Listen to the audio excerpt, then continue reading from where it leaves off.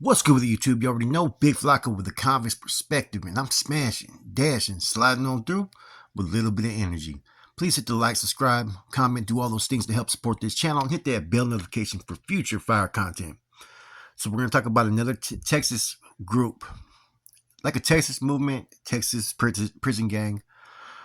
This is one of the most fastest growing movements that there is in the Texas system. The Tango Blasters.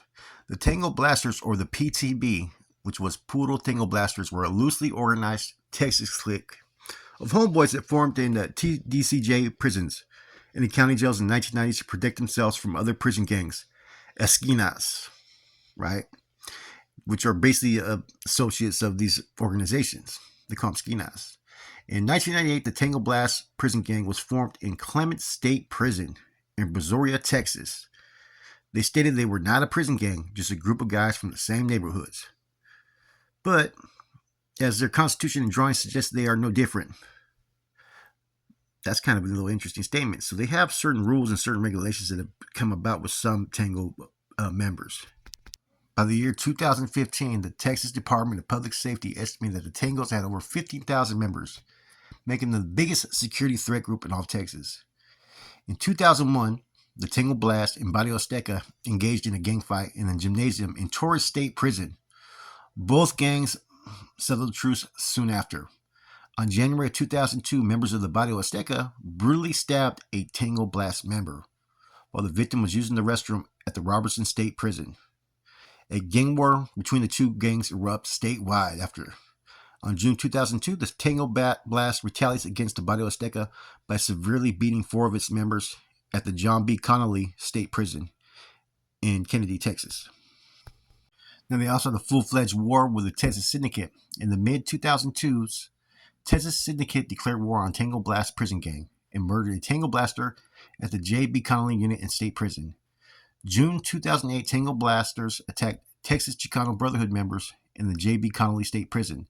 They also had tension with the Mexican enemy due to the formation of the Orejones Tango Blast faction in San Antonio. Whereas in the past, some Texas law enforcement considered the Tango Blast movement to be just a fad, they were now being taken seriously. Damn. They continued to grow because the gang had a lot more, like, what do you call, relaxed standards compared to these organizations that have traditional blood-in oaths and constitutions and rules and philosophies. And, you know, when you have that type of expectation, you got people who are basically campaigning for position. It's prison politics. And see, this group was something that was outside of prison politics, which made them very, very dangerous. I guess with the Tango Blast, they don't have, like I said, a blood in, blood out, motto. There's no lifetime commitment, and there's no paramilitary type hierarchy or chain of command, such as all these other prison organizations. And I think when they go to the streets, they have an option whether they wish to function in small little groups or if they could just go back to whatever they were doing out there in the streets before, right? Now, we know what happens next. Law enforcement starts to fucking come after them because they were getting deep. They were becoming strong. And so in February 2012, man, they had a multi-agency investigation targeting Tango Blast gang members in McKinney, Texas, arresting 16 suspects. 2 of them were suspected Tango Blast gang members. They were indicted in Dallas District Court for distribution of heroin. All suspects were arrested in 2012 with a multi-agency investigation into the West Texas Tango Blast. So they were out there doing their thing, man. They started to become a little bit more organized. Once you get a group that gets that big and that powerful, you'll start to see a lot of different changes in the group. Now, we already know that the Tango has a lot of sub-factions, a lot of sub-cliques, and one of the cliques that they have in El Paso is the EPT, the El Paso Tango, right? Which is an area, like I said, man, Barrio Azteca is also in the same area, right? So that's always been kind of a conflict of issue, right?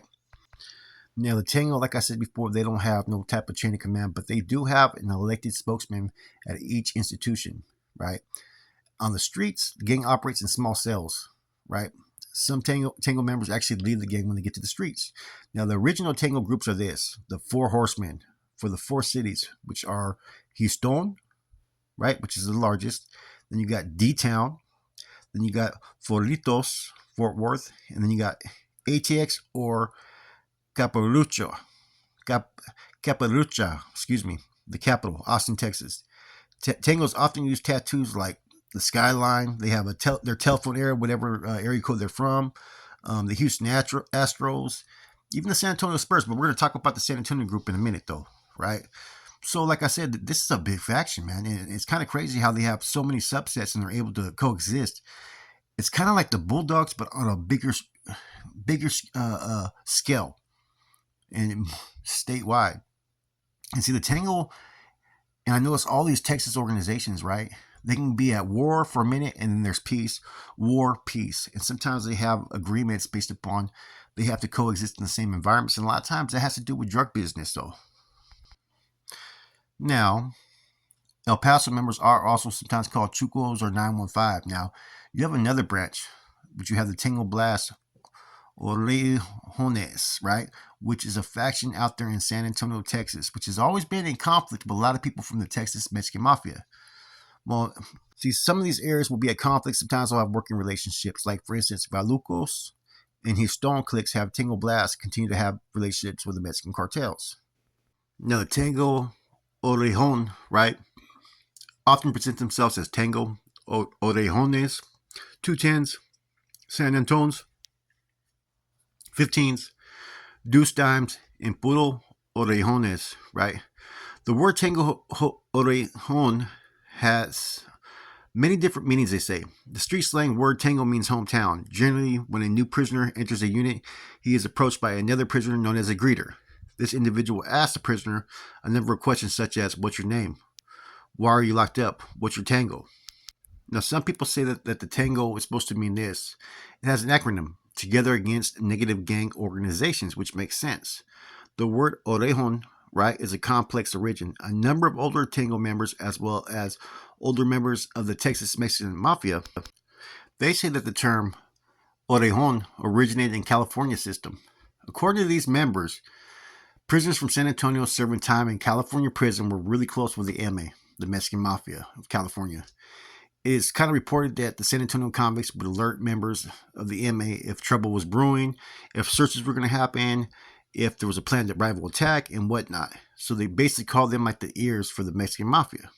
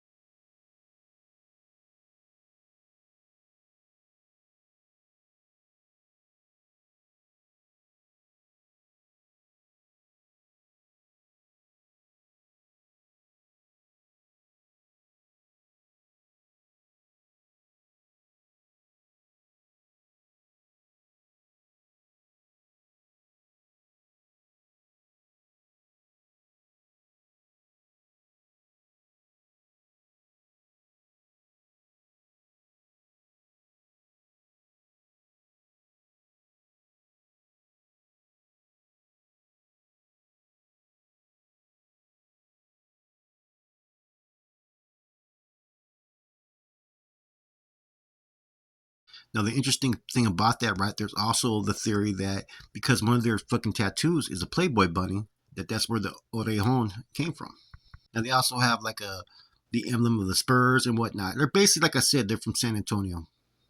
A classification reports that they have actually got some reports from an individual named Sushi, who was at one time, and one thing I thought was very interesting, he said a true Orejon does not have tattoos, so they have a little bit different theory than the other tangos, right? Now they're not supposed to ever admit that they're a member. That's one of their rules. Now it's supposed to be a prison thing, right? And that the Tango Orejon was founded off one rule: homeboys from San Antonio looking after homeboys from San Antonio. That's all it was. And that you were supposed to leave your street affiliations when you entered prison. That's why they're not supposed to get any type of tattoos or nothing like that. They're supposed to try to leave those old attitudes to the past, which is kind of different than other groups. You know what I'm saying? The one thing about the Tango that Blast, right, and all the Tango groups is that they have basically one rule: everyone has an equal vote. There's nobody that has authority position or more say so than the next man. Even if your spokesperson does not give you an authority, they don't have no constitution. They don't have no written rules. That's why it's hard to fucking pinpoint them in RICO acts. which is kind of smart. No one has complete control of the Tangos, period. They have, like I said, different rules from institution to institution. And basically, they're like a cohesive unit all working together, it seems like, right, for the interest of the Tangos. I haven't really heard about any set policy that's go forth.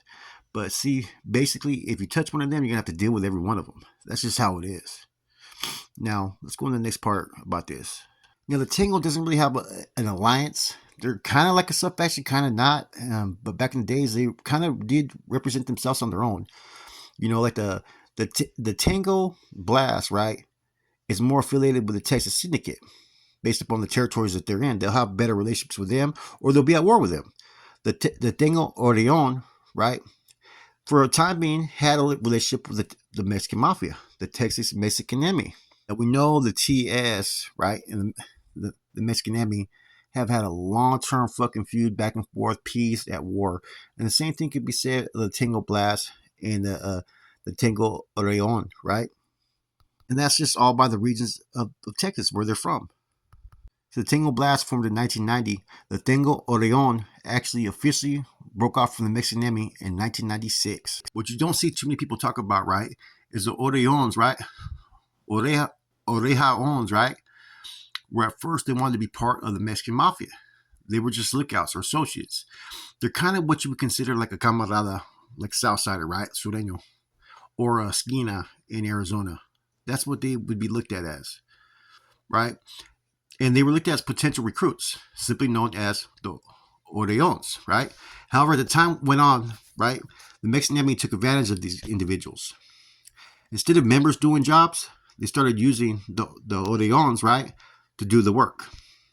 Basically, they were the crash dummies. They were the individuals that had to put in all the work, make all the sacrifices, because this is what you did if you were working with the carnales. Some were given promises that they would advance in the gang and get membership and become a carnal. And a lot of times, individuals didn't even get it done. So, of course, they started to have animosity and hostilities within the group. And that's what caused them to break away. And by them breaking off their association with the MA is how they formed their own fucking Tango. Now, when the Tango finally broke away from the Mexican Mafia, they basically got rid of the Tang bosses, right, and started doing their own fucking thing. The Tang bosses, which were low-ranking mixed mafia members, and then you'd have the basically the enforcers, which were the Orejones. Now, when everything changed, they no longer had any Tang bosses. If you tried to come in there and try to be a Tang boss, you were going to get removed, you were going to get smashed and sent on your fucking way. My perspective in doing all my research and looking into the Tango, they're the best example of a group that has protection from the gang without having all the politics and rules that the prison gangs normally have, right? And they don't have no one leader like the Mexican Mafia does or these other groups, you know what I'm saying? Because they've seen how that has happened with certain individuals that are of power. The tyranny, the corruption, all that stuff happens when you have just one leader. Now, you don't have no statuses, but you have some certain things that are kind of like a rank almost, but they're not. They're categories. First, you have the quota. That's basically someone who has to get quota checked, or is basically an individual that comes in and is trying to become a part of the Tangos. And while you're a quota, right, you're in the beginning stages of proving yourself. Sometimes, right, people from your town will come in and say, look at you and say, come on, man, quota check. They'll pull you to the side, and you're going to have to chunk them to see what time it is. You may have to prove yourself, right? Like I said, there's going to be a lot of different things until you're proven to be worthy and accepted, right? Now, if you're under the title of quota, right, that means you are just a prospect. You have no right to vote within the Tango group. I remember I was in Santa Rita, and this individual came from Tejas. He was got busted with some yes guy, right? And he had a warrant out there in fucking Texas. So I remember fucking we had give him a care package and took care of him and stuff, right? Because hey, there was like just 3 homeboys in him. And so he broke it down what the quota check was. It was kind of interesting, right? Now, the next category is a homeboy. He's been explained by others members that the homeboy is someone who's been proven through his quota test in the Texas system. A homeboy has the ability to vote, preside over a quota check, and be voted into a position of spokesman. Now, a spokesman is picked from the group, right, of homeboys. A spokesman is not a leader of the Tango, right? Only the voice of the group on that date and time. The spokesman can be replaced any day by any homeboy as long as the Tango Orejon members voted and agreed upon it. Even though they weren't supposed to be established off rules, rules have been written down to get them on the same fucking path. They established some rules, right, and regularized, right, but a lot of which they started to study and whatnot and streamline it, coordinate it within the organization, right, but they still rejected any form of constitution or document that required them to continue membership outside of prison walls. So basically, they do have a commitment while they're behind the walls. Now, I think I talked about the San Antonio Spurs, the 5-point star. All those are tattoo symbols of the Tango Orejon. They also got a 5-point star and a bunny like the Playboys, man. They're basically compas, huh? The number 15 for the 15th letter of the alphabet, O, is also another way to identify someone that's a Tango Orejon. You also see 20, 2010, and all these different things that are kind of like I said, man. The Alamo, downtown San Antonio, skyscrapers, all that stuff. 2015 is another one as well.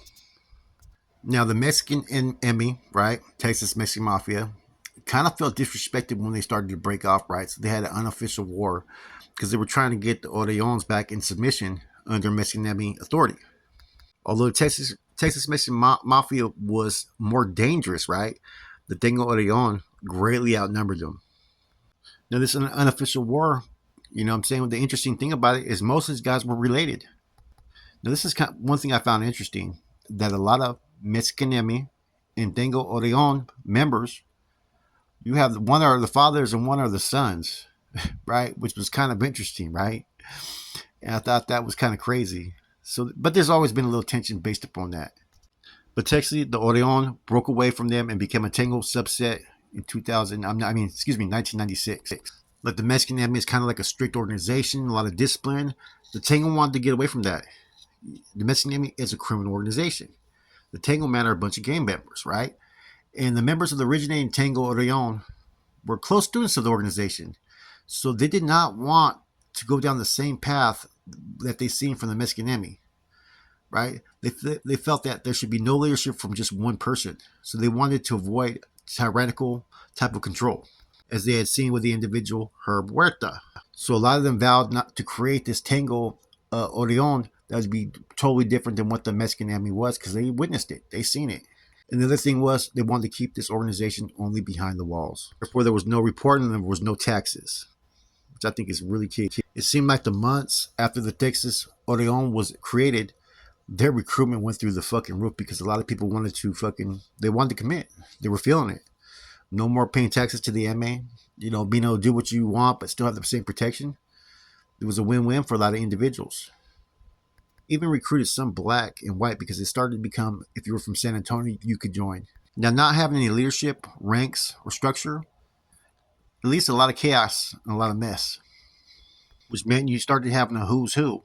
Now, a domino effect started to happen where the gangs started to fight within each other over rumors, over, you know what I'm saying, hearsay. Some individuals were like degenerates. Shortly after, you started having young members starting to impose disciplinary sanctions and violations and rules and regulations. Something they said that they were never going to be part of, but they had a lot of infighting because they were not organized. Strong in numbers, but not organized. You know, the Tangos, right, are currently in a transition phase. The gang is attempting to be structured and basic with a base leadership, right? But the same token, this is not what they were started over, right?